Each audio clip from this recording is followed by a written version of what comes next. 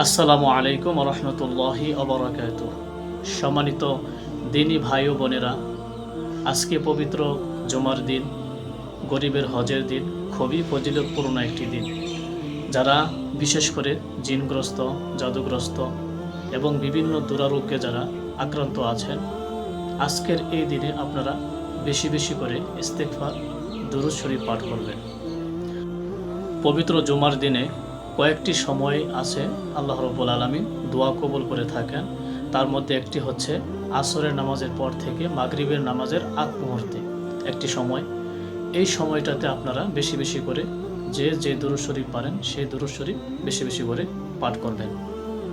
দুরূদে ইব্রাহিম পাঠ করতে পারেন বা এই দুরূদটি আপনি পড়তে পারেন, আল্লাহুম্মা সাল্লি আলা মুহাম্মাদিনিন নাবিয়্যি উম্মিয়্যি ওয়া আলা আলিহি ওয়া সাল্লিমু তাসলিমা। যত খুশি ততবার পড়বেন। এরপরে আল্লাহ রাব্বুল আলামিনের কাছে আপনাদের মনের মধ্যে যা বাসনা আছে, কামনা আছে, যে সমস্যায় আছেন, আল্লাহ রাব্বুল আলামিনের কাছে মোনাজাত করবেন, আল্লাহ তাআলার কাছে আপনারা চাইবেন।